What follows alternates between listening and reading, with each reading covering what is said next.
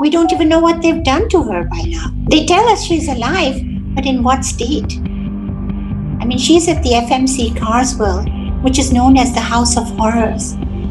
When a lawyer tries to approach Aafia, the lawyers are told that Aafia does not wish to see them and they are not allowed to meet. They don't let anyone, for the past 4 years, they are not letting anyone meet Aafia. And that makes us very worried. Have they physically destroyed her? Have they mentally tortured her to a point that she is no more really and she's just there like a living dead or what? Aafia is innocent. We want her back and we will not rest until we get her back. Dr. Aafia Siddiqui was born 2nd of March 1972, is a Pakistani neuroscientist with degrees from MIT and Brandeis University from the US, who was convicted of multiple felonies.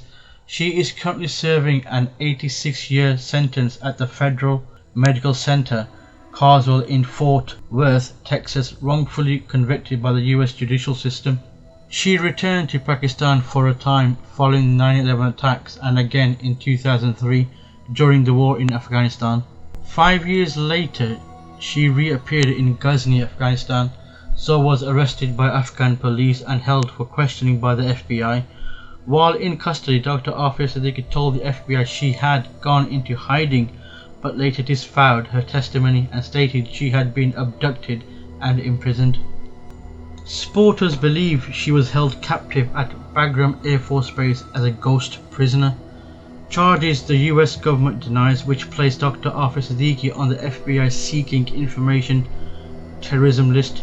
She remains the only woman to have been featured on this list to date. She was arrested and put under extreme interrogation under severe torture and subjected to sexual abuse and physical assaults by her captors. The US falsely claims she shot at visiting US FBI and an army personnel with a M4 carbine one of the interrogators had placed on the floor by his feet.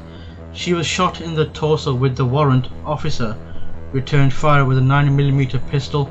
She was hospitalized and treated, then extradited and flown to the US, where in September 2008 she was indicted on charges of assault and attempted murder of a US soldier in the police station in Ghazni, charges she denied. She was convicted on 3rd of February 2010 and later sentenced to 86 years in prison.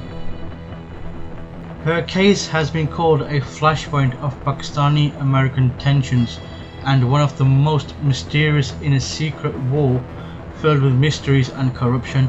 In Pakistan, her arrest and conviction was seen by the public as an attack on Islam and Muslims and the failures of foreign policy. Whilst Pakistani politicians continue to spearhead her case towards the vested interests of the Western powers for many years and continually fail to protect Dr. Aafia Siddiqui's rights and fight for her freedom seems forgotten, therefore a sister forgotten. Dr. Aafia Siddiqui is innocent, who was abducted by illegal insurgent operatives, where she was later trialed and sentenced, although no charges were proven in the court. But America wanted to make a terrible example out of her so that the Muslims of Pakistan may not pose any resistance against America's war on terror and sit in their homes stricken with fear and shame. Pakistani news media calls the trial a farce, while other Pakistanis label this reaction knee-jerk Pakistani nationalism. The Pakistani Prime Minister at that time, Yusuf Raza Jalani, and opposition leader Nawaz Sharif promised to push for her release, but to date nothing has become known.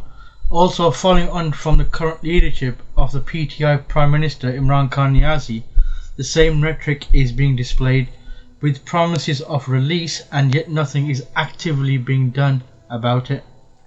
There have been many attacks and exchange offers and economic exchange programs agreed to by the PTI government and their predecessors. Rather emotional and political rhetoric is at display, with clear subservience to the Western powers to be, and yet no resolution has been reached for her release. Rather, she has been used as a scapegoat by the secular elites nationalists and the political groups who are inundated by corruption. Although the Western media paints a false picture termed Lady Al-Qaeda by a number of media organizations due to the trumped-up charges and alleged affiliation with Islamists. After Dr. Aafia Siddiqui's conviction, she sent a message through her lawyers saying that she does not want violent protests or violent reprisals in Pakistan over this verdict. Thousands of students, political and social activists protested in Pakistan. Some shouted anti-American slogans while burning the American flag and effigies of President Barack Obama in the streets. Her sister, Dr. Aafia Siddiqui, has spoken frequently and passionately on her behalf at rallies, echoing her family's comments and anti-US sentiments. Many believe she was detained in Karachi in 2003, then held at the US Bagram Air Base and tortured, and that the charges against her were fabricated. Dr. Aafia Siddiqui told the press that the government of Pakistan had sent a written request that Dr. Aafia Siddiqui should be sentenced under terrorism charges, and that too for maximum term. On the contrary, these agent rulers were lying to the public by claiming that they are working for the release of Dr. Aafia Siddiqui. Her conviction was followed with expressions of support by many Pakistanis and from overseas Pakistanis who appeared increasingly anti-American, as well as by politicians and the news media who characterized her as a symbol of victimization by the United States.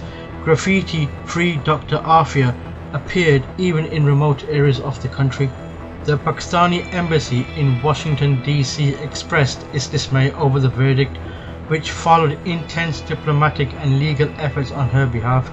We will consult the family of Dr. Aafia Siddiqui and the team of defense lawyers to determine the future course of action. Prime Minister Gilani describes Siddiqui as a daughter of the nation, and opposition leader Nawaz Sharif promised to push for her release. On 18th of February, President Asif al-Zardari requested of Richard Holbrooke, US Special Envoy to Afghanistan and Pakistan, that the US consider repatriating Siddiqui to Pakistan under the Pakistan-US Prisoner Exchange Agreement. On 22nd of February, the Pakistani Senate urged the government to work towards her immediate release. Shireen Mazari, editor of the Pakistani newspaper The Nation, wrote that the verdict did not really surprise anyone familiar with the vindictive mindset of the US public post 9/11. This sentence has also exposed the reality of America's corrupt judicial system.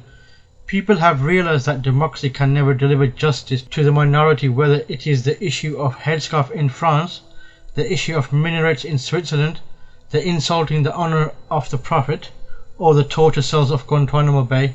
Would the secular elite of Pakistan even now continue to call for the implementation of this corrupt capitalist system? These Pakistani politicians have put to shame the term "our honor, our dignity and our sister."